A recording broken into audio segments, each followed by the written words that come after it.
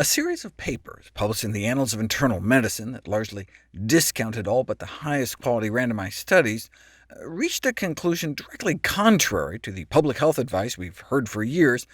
They suggested that we should continue our current consumption of both red and processed meat. The authors based their exclusion of evidence on the so-called GRADE criteria, which were mainly developed for evaluating evidence from drug trials. We need randomized, double-blind, placebo-controlled trials for drugs, but strictness of these criteria would probably cause evidence for just about every dietary, lifestyle, and environmental factor related to chronic disease to be graded as low or very low evidence.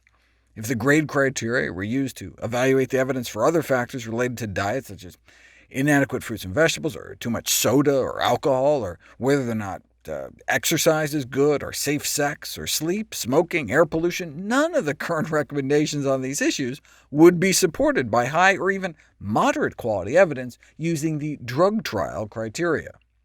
But even after ignoring major parts of the available evidence, they still found an association between meat intake and an increased risk of cancer. And not just cancer, they found that adherence to dietary patterns lower in red or processed meat intake may result in a decreased risk for premature death, cardiometabolic disease, and mortality, meaning the risk of getting and dying of diseases like heart disease and type 2 diabetes, as well as the risk of getting cancer and dying from cancer. Yet they still concluded in their dietary guideline recommendations, continue your current red meat consumption, continue your processed meat consumption.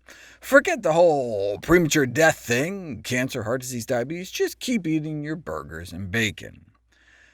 So you have these dietary guidelines developed by some self-appointed panel that are tantamount to promoting meat consumption, despite their own findings that high consumption is harmful to health. How do they square that, contradicting the evidence generated from their own meta-analyses? There's only one body of evidence. They found the same risk that all the other reviews found, so they're not saying meat is less risky, they're just saying the risk is acceptable. Well, you do have to consider the risks and benefits. Well, we've covered the harms.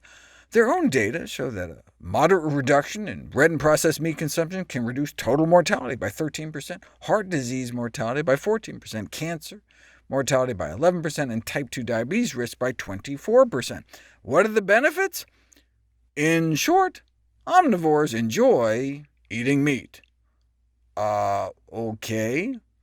Given people's attachment to their meat-based diet, the associated risk reduction in our leading killers like cancer, heart disease, diabetes is not likely to provide sufficient motivation to reduce consumption of red meat or processed meat, so therefore, eat up.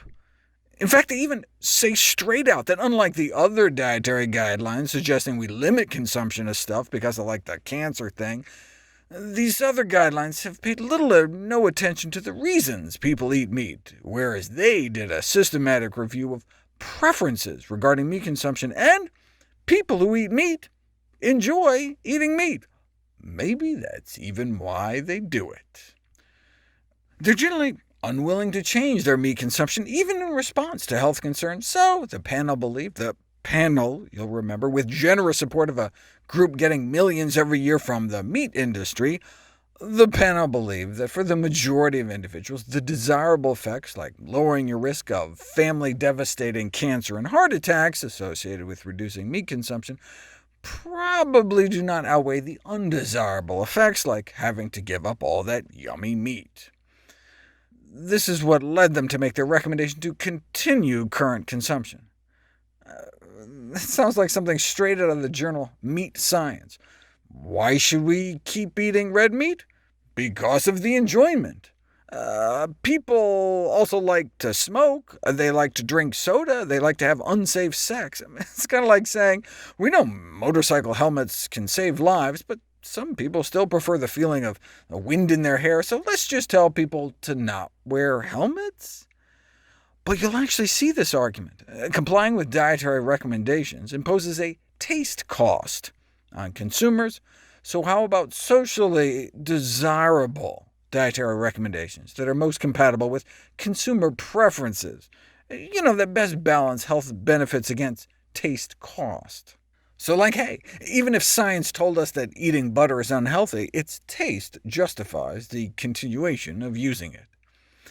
What do you expect from Nutrirex, the meat industry-partnered panel that also published a paper criticizing the sugar guidelines funded by the soda and candy industries? They aim to produce nutritional guideline recommendations based on the preferences of patients. So what's next? Just telling people to eat donuts and ice cream all day? Yet the annals published the meat papers with a press release saying no need to reduce red or processed meat consumption for good health. Using the same methodology and rationale, they might as well have said no need to quit smoking for good health, or no need to exercise for good health. As Dr. Katz, director of Yale's Prevention Research Center, put it, guidelines opposing the very data on which they purport to be based are not science, they are anti-science.